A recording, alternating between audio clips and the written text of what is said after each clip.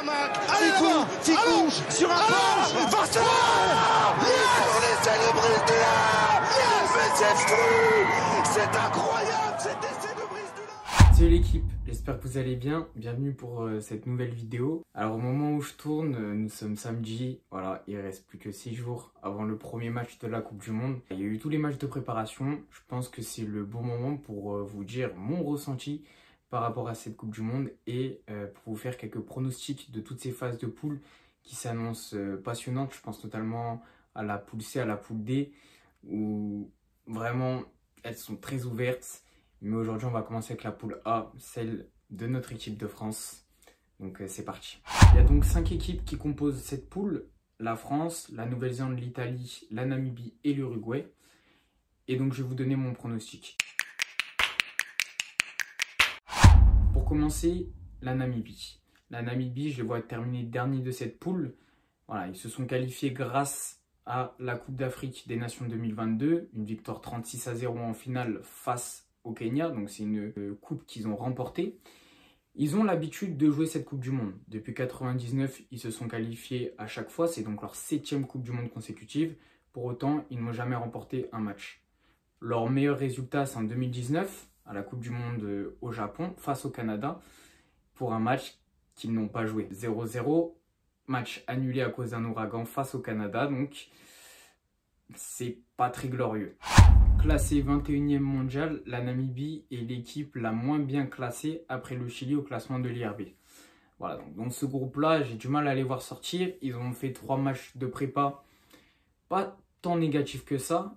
Premier match, une défaite face à l'Argentine B, 34-27, après avoir été mené 26-8 à la mi-temps. Donc plutôt une bonne force mentale pour revenir dans le match. Une force mentale qu'ils ont répétée lors du dernier match, où ils étaient menés 19-8 à la mi-temps face au Chili, où ils ont fini par s'imposer 28-26.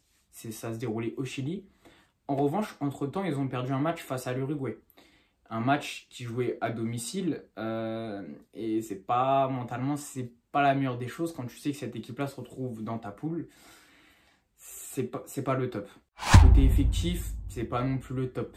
Il y a 2 joueurs qui resteront à suivre selon moi. C'est le talonneur Thorsten van Jaarsveld, qui est passé par Bayern et qui à 36 ans va vouloir s'offrir une dernière danse. Il a notamment inscrit un triplé face à l'Argentine, donc l'équipe B de l'Argentine dont je vous parlais tout à l'heure.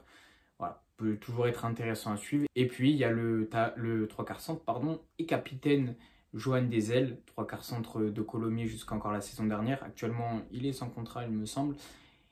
Et qui lui, sera clairement le plus grand danger de cette sélection namibienne. Voilà, donc tous ces éléments-là, c'est ce qui me pousse à les mettre à cette 5e place de cette poule. Maintenant, je pense que l'objectif des Namibiens, ce sera d'aller chercher une victoire. Donc ce sera à suivre. C'est tout le mal qu'on leur souhaite. Tant que c'est pas contre l'équipe de France, tout va bien. Pour la 4e place, l'Uruguay. Ils sont allés chercher leur ticket face aux États-Unis avec une victoire 34-15. L'Uruguay, c'est une équipe qu'on voit en Coupe du Monde maintenant depuis un petit moment. Depuis 3 éditions maintenant. Ils avaient loupé celle de 2007-2011, mais avant, ils avaient participé aux 2 ou 3 éditions précédentes. Donc, c'est une équipe qui commence à connaître le mondial. Ils ont 3 victoires. 99 face à l'Espagne, 2003 face à la Géorgie. Et plus récemment, en 2019, ils avaient créé la surprise en gagnant les Fidji tout de même, 30-27. L'Uruguay, c'est une équipe dont il faut se méfier. Ils sortent d'une très bonne prépa, une victoire 26-25 face au Chili, d'un petit point. La victoire donc face à la Namibie, comme j'ai évoqué auparavant, 26-18. Et face à cette équipe B de l'Argentine, encore une fois, 33-13. Côté effectif, c'est un peu plus fourni. On connaît tous Santiago Arata, le demi de mêlée du Castres Olympique. Et puis il y a l'ouvreur Berdeschi qui joue à Dax et qui est très bon face au Perche.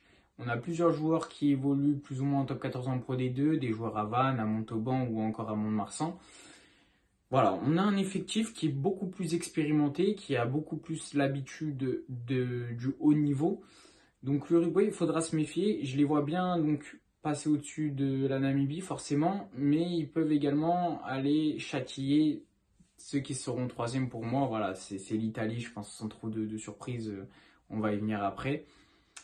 Ce sera clairement leur objectif, ce sera d'aller chercher une 3e place et pour pouvoir franchir encore un cap. Mais en tout cas, l'Uruguay, c'est une équipe que j'ai hâte de voir jouer. Je la trouve intéressante. Sa progression est vraiment ascendante depuis plusieurs années. Donc, j'ai hâte de voir cette équipe évoluer. Donc, à cette troisième place, je vois l'Italie. Voilà, ils ont eu un peu de mal. Ils se sont fait battre par l'Écosse et l'Irlande, même si j'ai trouvé qu'ils sont bien battus face à l'Écosse. Hein, ça s'est décanté un peu dans les derniers moments.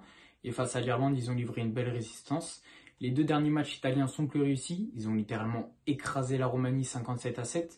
Ils ont aussi survolé le Japon. L'Italie, c'est une nation qu'on connaît tous. Elle est dans le tournoi destination depuis maintenant 2000. Donc, l'équipe de France a l'habitude de la jouer depuis un petit moment. C'est une nation qui est en progression, mais on a connu beaucoup de choses avec l'Italie. Des progressions, on a eu une génération, les frères Bergamasco, Parissé, etc. On se disait, ah, peut-être qu'il y a quelque chose, puis ça a régressé. Actuellement, on sent quand même une montée. Je vous mens pas que j'avais un petit peu peur pour cette Italie, parce que après les belles promesses qu'elle avait laissées entrevoir par rapport au tournoi destination 2022, avec notamment leur fameuse victoire au Pays de Galles, etc. Leur dernier tournoi m'avait un peu laissé sur ma faim, j'avais été un peu déçu. Mais là, je pense qu'ils reviennent avec des objectifs nouveaux et une équipe qui est quand même plutôt solide. Ils ont le retour de Ange Capuzzo, évidemment, qui sera forcément le joueur qu'on va suivre par la magie qu'il peut apporter sur le terrain, mais aussi par la curiosité de le voir évoluer dans une si grosse compétition. Il va avoir un rôle très important. Il sera aussi intéressant d'observer Tommaso Alan, l'ouvreur montpelliérain, qui n'est pas tout le temps au mieux face aux perches. Et ça peut être quelque chose qui peut pêcher, qui peut les empêcher d'accrocher certains matchs, ou du moins de les faire décrocher plus rapidement que prévu. Voilà, on sait que l'Italie, sur un match, ça peut être contraignant, il faudra se méfier. L'avantage pour cette équipe d'Italie, c'est qu'elle ne va pas jouer la France et les Blacks tout de suite. Elle va pouvoir se mettre en rodage avant, en jouant l'Uruguay et la Namibie, prendre des points face à des 2 nations qui sont quand même nettement inférieures aux Blacks ou à la France. Et si elle s'en sort bien face à ces 2 nations, elle pourra clairement jouer une première finale face à la Nouvelle-Zélande avant de jouer l'équipe de France en dernier match. Voilà, je pense que le premier match entre les Bleus et les Blacks, le perdant, ce sera la cible de l'Italie, j'en suis sûr à 100%. Sincèrement, 100%. Ce sera la cible qu'ils voudront abattre pour pouvoir créer l'exploit et sortir de cette poule, ce qui serait franchement magnifique. Si on me dit que l'Italie sort par exemple devant les Blacks, je signe tous les jours. Je serais très content. Voilà, maintenant la marche est haute. L'Italie n'est jamais sortie des poules. Elle a toujours aussi entre la 3e et la 4e place. Elle n'était pas très loin de réaliser l'exploit en 2015. Je me souviens, elle était dans la poule de la France et de l'Irlande. Elle avait bien accroché l'Irlande. Elle avait également causé un peu de problème à la France. Bon, ça en était sorti un peu plus facilement. Ironie du sort parce qu'on était bien moins fort que l'Irlande, mais on avait eu plus de facilité à s'en détacher. Aujourd'hui, elle est mieux armée. Comme je vous ai dit, Tommaso Alan, Capuzzo, même Ioane sur l'aile, ça peut faire mal. Il y a beaucoup de joueurs qui peuvent, par leur individualité, créer des exploits, mais aussi une collectivité qui est en train de se mettre en place. Ce sera intéressant à suivre également. Et puis, j'espère quand même les voir réaliser un exploit. Sincèrement, j'ai énormément de mal à les voir sortir de cette poule. Maintenant, un peu de magie.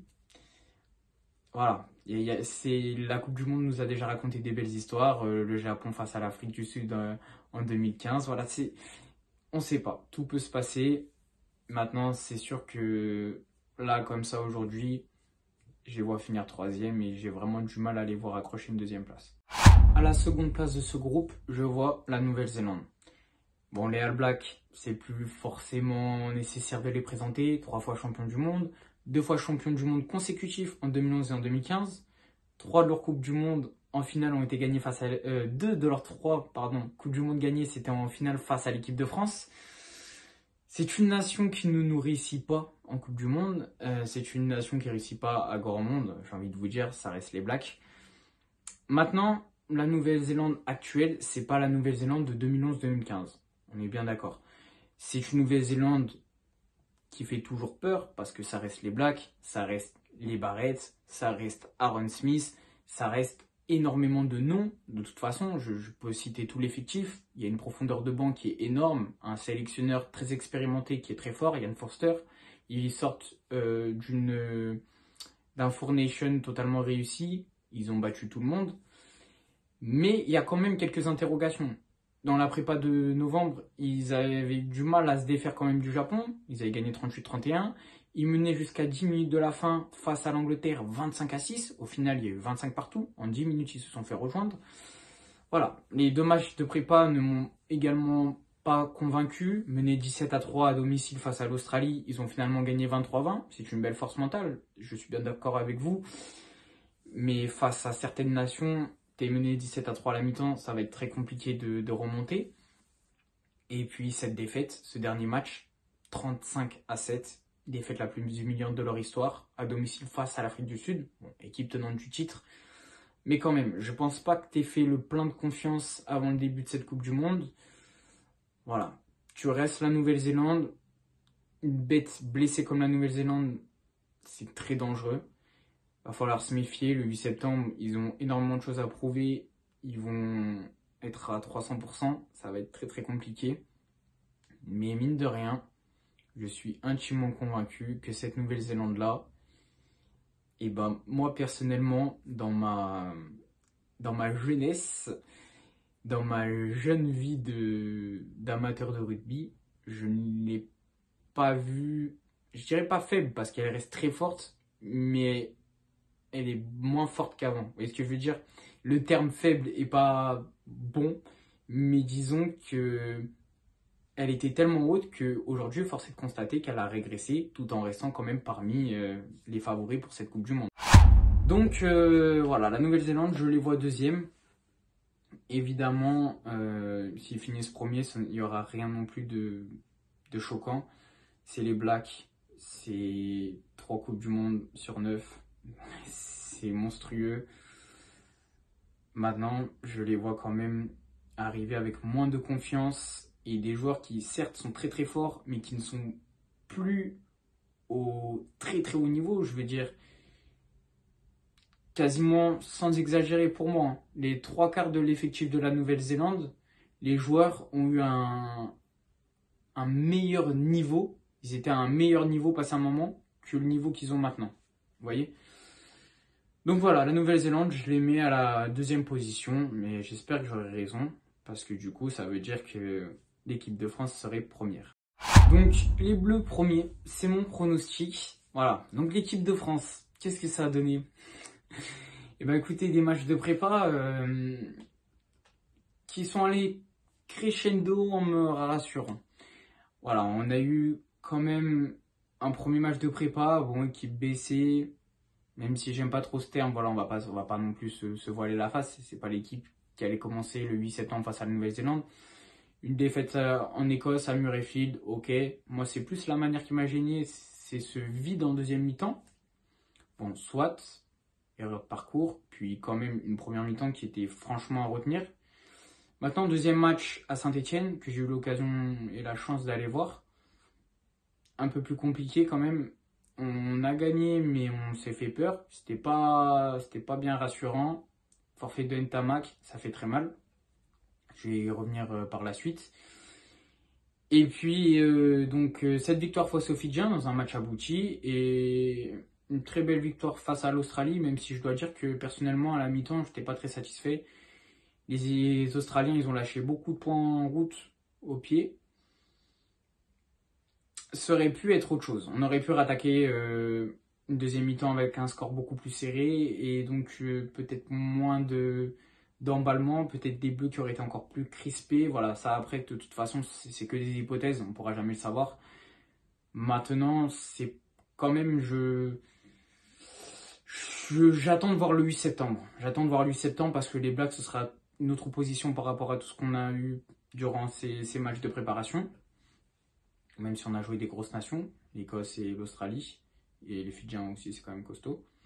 Mais voilà, les Blacks, ce sera encore autre chose. On sera dans le vif du sujet, on sera à une pression qui sera très très haute. Là, je suis très intéressé de voir comment vont réagir nos Bleus. Donc voilà, les prépas, ça a donné ça, un tournoi de destination qui a été plutôt bon. Voilà, un premier match qu'on avait eu du mal face à l'Italie quand même. L'Irlande, bah, ça m'avait fait bizarre parce qu'on avait rarement été aussi dominé. De bout en bout, on peut le dire. Hein, voilà, un exploit de Penaud qui nous avait Vous avez maintenu la tête hors de l'eau pendant un petit moment, puis même des exploits de Dupont défensivement, hein, on se rappelle le plaquage à la verticale, etc. Maintenant, on avait bien fini, grosse victoire en Angleterre, grosse victoire face au Pays de Galles. L'équipe de France est prête, les joueurs sont prêts, l'effectif est prêt, on a une profondeur de banc énorme et heureusement, parce que voilà, au moment où je tourne, le forfait de William C n'est pas officiel, mais ça sent très mauvais. On se retrouverait donc à faire appel à Bastien Chalureau. Personnellement, c'est pas le joueur qui me convainc le plus. Je pense de toute façon que Galtier alignerait Flamand Woki et sûrement en impact player Romain Taoufifénois. Voilà, Danti semble également touché. C'est pas le top non plus. À voir qui. Là aussi, il faudrait que l'information se confirme, à voir qui il va mettre. Je pense que la place se jouera entre Arthur Vincent et Yoram Moefana parce que je vois pas Galtier sortir Penaud de son aile. Voilà, on a été touché, hein. Cyril Bay et Ntamak, Jalibert a montré qu'il pouvait maintenir ce poste numéro 10 face à l'Australie. Il a montré la folie qu'il pouvait apporter. Également, franchement, moi, il m'a rassuré. J'étais un petit peu inquiet, notamment, vous savez, défensivement, il peut avoir quelques trous d'air. Offensivement, il y a des moments où ça peut tout lui réussir et ne pas lui réussir du tout. Il peut déjouer. Là, il m'a rassuré et je pense qu'il peut prendre vraiment une autre dimension dans cette Coupe du Monde sous Galtier. C'est un joueur qui, mine de rien, malgré l'impression qu'on a que ça fait je ne sais combien de temps qu'il est en équipe de France, il n'a pas eu tant de minutes que ça, il n'a pas tant de sélection que ça. Et là, c'est un peu sa première vraie grosse compétition. Avec Bordeaux, il n'a pas eu non plus énormément d'occasions. Il y avait eu un petit parcours jusqu'en demi-finale de Coupe d'Europe. Il y a eu 2 petites finales de top 14. Mais c'est pas un joueur qui a eu un grand vécu au très haut niveau d'une très grosse compétition. Les 6 Nations, il a toujours été dans l'ombre de Ntamak. Même les gros matchs qui ont été livrés, par exemple France-Nouvelle-Zélande, où on gagne 40-25 en test match, c'est Ntamak le titulaire. Donc voilà, donc je suis très curieux de le voir là-dessus. Il a les capacités de le faire. Il n'y a rien à dire. Mentalement, s'il est prêt, pour moi, il n'y a pas d'ordre à s'inquiéter. Voilà, côté historique, l'équipe de France en Coupe du Monde, 3 finales de Coupe du Monde perdues. Voilà, on reste sur une Coupe du Monde 2019 très frustrante. Défaite de 1 point face au Pays de Galles. On se sabote tout seul. Hein. Le coup de coude de Vamaina, on menait largement. Hein. Si je dis pas de bêtises, on menait 17-3. On avait une avance de 10 points en plus, en tout cas minimum. Bon, on s'est fait rejoindre comme ça. 2015, on va dire que ça a un peu lavé l'affront de 2015 où on se fait exploser par les Blacks. 62-13, quelque chose comme ça. Bon, les 2 dernières Coupes du Monde n'ont pas été glorieuses. Il est vrai, mais en revanche, les dernières sorties européennes et les derniers test matchs sont bons. On voit une équipe de France qui, comme j'ai dit au début, est prête. Je pense que c'est le moment. Peu importe les blessures qu'il peut y avoir, ça peut toucher tout le monde. Il va falloir juste qu'on pousse à 200% derrière eux. On est chez nous.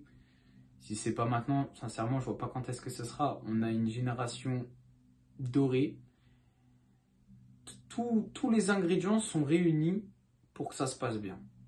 Donc voilà, je vois les Bleus sortir promis de cette poule. Je vois les Bleus réaliser un très gros match et bien lancer la Coupe du Monde face à la Nouvelle-Zélande. Faudra pas faire comme en 2007. On avait très mal commencé avec une défaite à domicile face à l'Argentine. Là, faudra pas faire la même chose. Je nous vois au-dessus des Italiens. Ce qui me rassure aussi par rapport au calendrier, c'est que le premier match, ce sera la Nouvelle-Zélande et le dernier match, ce sera l'Italie. C'est-à-dire qu'au pire des cas, je n'espère pas, au pire des cas, on perd ce premier match face à la Nouvelle-Zélande. Le dernier match face à l'Italie, on aura bien le temps de le préparer pour être sûr de ne pas se faire surprendre. Si par exemple au premier match on se serait fait surprendre par l'Italie, ça m'aurait fait plus peur parce que derrière les Blacks, tu les abordes pas de la même manière encore. Donc voilà, je vois les Bleus finir premiers de cette poule. Voilà. Donc c'est mon petit pronostic. N'hésitez pas à me dire vous également quels sont vos pronostics. Me faire le classement de cette poule A. C'est une Coupe du Monde qui va être très passionnante. C'est pas la poule la plus homogène, mais bon, c'est la poule des Bleus. Donc c'est forcément la poule, je pense, qui nous intéresse le plus. Donc faites-moi part de tout ça. Et puis on se retrouve demain pour le 2e épisode sur la poule B. Salut!